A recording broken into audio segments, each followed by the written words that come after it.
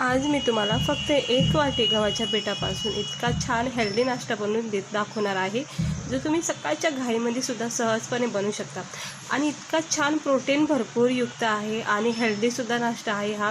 रोज आपलं सकाळी एकच टेन्शन असतं की नाश्त्याला काय बनवायचं, पण हा नाश्ता एकदा नक्की ट्राय करा। रोज तुम्हाला कंटाळा नाही येणार बनवताना, इतका सोपा नाश्ता आहे हा।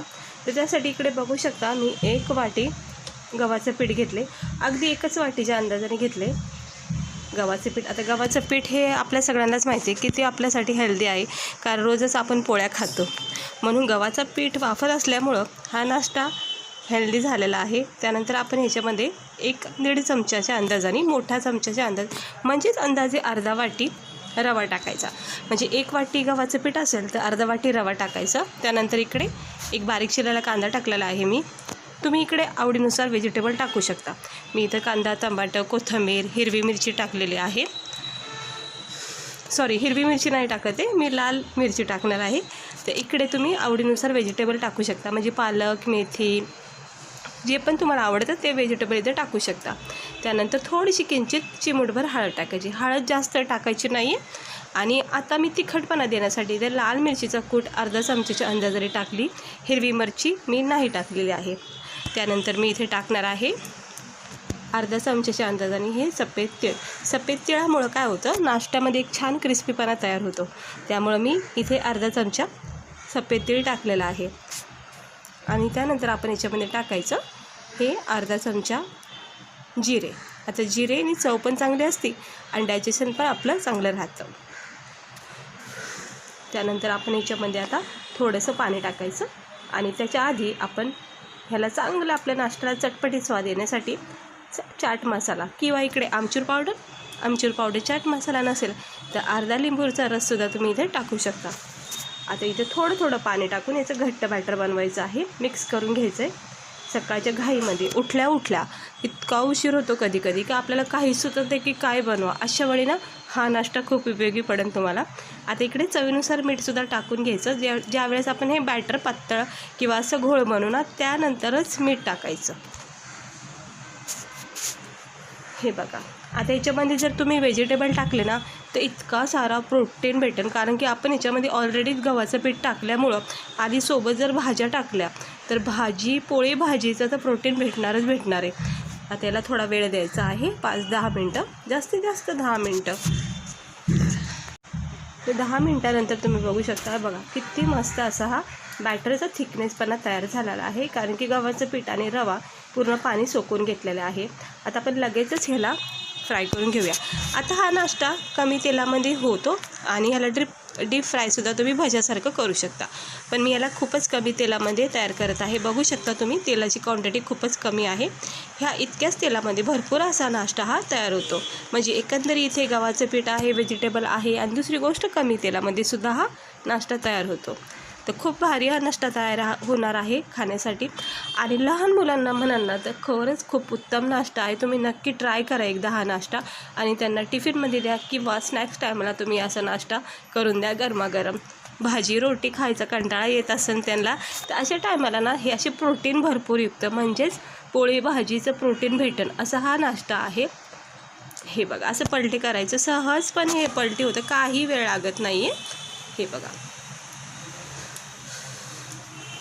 हे असं हलक्या हाताने याला असं खालीवर करून घ्यायचं आणि क्रिस्पी होईपर्यंत, चांगला गोल्डन रेड ब्राऊन रंग येईपर्यंत याला फ्राय करायचं आहे। खूप कमी तेलामध्ये होणारा हा नाश्ता आहे। हे बघू शकता, मस्त आता हे असं फ्राय करून घ्यायचं जोपर्यंत याच्यामध्ये कडकपणा तयार होत नाही। तुम्ही एकदा ट्राय करून याची टेस्ट घेऊन बघा। नेहमी तुम्हाला ज्यावेळेस पण नाश्त्याचा कंटाळा येईल ना, त्यावेळेस तर तुम्ही आठवून हा नाश्ता बनवता आणि इतका भारी नाश्ता हा लागतो। आपण रोज पोहे, इडली, डोसे, मॅगी वगैरे खातो, पण त्याच्यामध्ये एवढं प्रोटीन नसतं जितकं आपण ह्या हेल्दी नाश्त्यामध्ये प्रोटीन टाकलेलं आहे, म्हणजेच गव्हाचं पीठ। आता गव्हाचं पीठ आपल्याला इतर नाश्त्यामध्ये तर नेहमी भेटत नाही, त्यामुळे अशी हेल्दी नाश्ते बनवले पाहिजेत। हे बघू शकता, आता चांगलं क्रिस्पी झालेलं आहे। आता एक करून आपण काढून घेऊया। सुंदर असा हा नाश्ता तयार झालेला आहे आणि खूप कमी वेळामध्ये आणि खूप क्वांटिटीमध्ये, भरपूर क्वांटिटीमध्ये मग तुम्ही याला करू शकता, फक्त 1 वाटी गव्हाच्या पिठापासून। तर बघू शकता, मस्त सुंदर अशी हे नाश्ता तयार झाला आहे. प्लेटमध्ये मी काढून घेते. हे सगळे आता मी काढून घेतले. दुसरा बॅच पण मी टाकून घेते आणि भरपूर असे बनवू शकते मी एकाच गव्हाच्या वाटीमध्ये. हे आता दुसरंसुद्धा मी टाकून घेते. लहान मोठे तुमच्या आवडीनुसार इकडे साईज देऊ शकता. त्याला मी मोठेच दिले आहेत. याच्यापेक्षा छोटेसुद्धा तुम्ही देऊ शकता किंवा एक पॅनकेकसारखासुद्धा याला तुम्ही बनवू शकता. जसं काय बोलतात त्याला, अप्पम असतं ना, तसं सुद्धा याला तुम्ही साईज देऊ शकता. सॉरी माझ्या लक्षात नाही आलं. तर हे असं मस्त फ्राय करून घ्यायचं आहे आणि सहजपणे हे फ्राय होतं. तुम्ही बघितलं आहे सुरुवातीचा बॅच, काही टाईम लागत नाही याला बनवायला.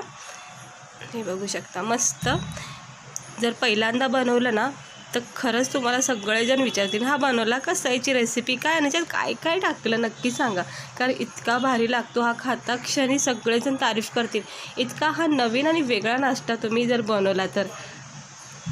हे बघा किती कमी तेलामध्ये हा नाश्ता तयार होतो. अजिबात पॅनमध्ये आपल्या तेल दिसत नाही आहे, अजिबात नाही आहे. नाही तर काही नाश्ते असे डीप फ्राय होतात, तेल भरपूर तेलामध्ये तयार होतात, मग उपयोगच नाही त्याचा हेल्दी बोलून त्याला. इकडे बघू शकता हे झालेलं आहे आपला नाश्ता. तर मी सगळे एका प्लेटमध्ये काढून घेते, थोडेसे थंड करते आणि मग तुम्हाला दाखवते. हे बघा आता मी सगळे एक एक करून काढून घेतले आहे प्लेटमध्ये. बघा किती मस्त सुंदर असे हे आपले गव्हाच्या पिठापासून नाश्ता, एकच वाटी गव्हाच्या पिठापासून किती सारे हे नाश्ते आपण तयार केलेत. 2 जरी खाल्ले ना तर खूप आहेत, कारण ह्याच्यामध्ये मस्त व्हेजिटेबल आणि गव्हाचं पीठ टाकलेलं आहे. हे बघा आता गरम आहे कारण मी लगेच काढलेलं आहे, फक्त थोडंसं थंड केलं आहे, एकदम मला उचलता येत नाही आहे. तर बघू शकता किती मस्त सुंदर असा हा हेल्दी नाश्ता तयार झाला आहे. रोजचं आपलं टेन्शन असतं नाश्त्याचं आणि वेळसुद्धा कमी असतो. अशा वेळेस ना तुम्ही अशी हेल्दी आणि टेस्टी नाश्ता नक्की ट्राय करा. वरून क्रिस्पी आणि आतून नरम सॉफ्ट असलेला हा नाश्ता एकदा नक्की ट्राय करा. बघू शकता मस्तपैकी झालेला आहे, गरम लागतो आहे.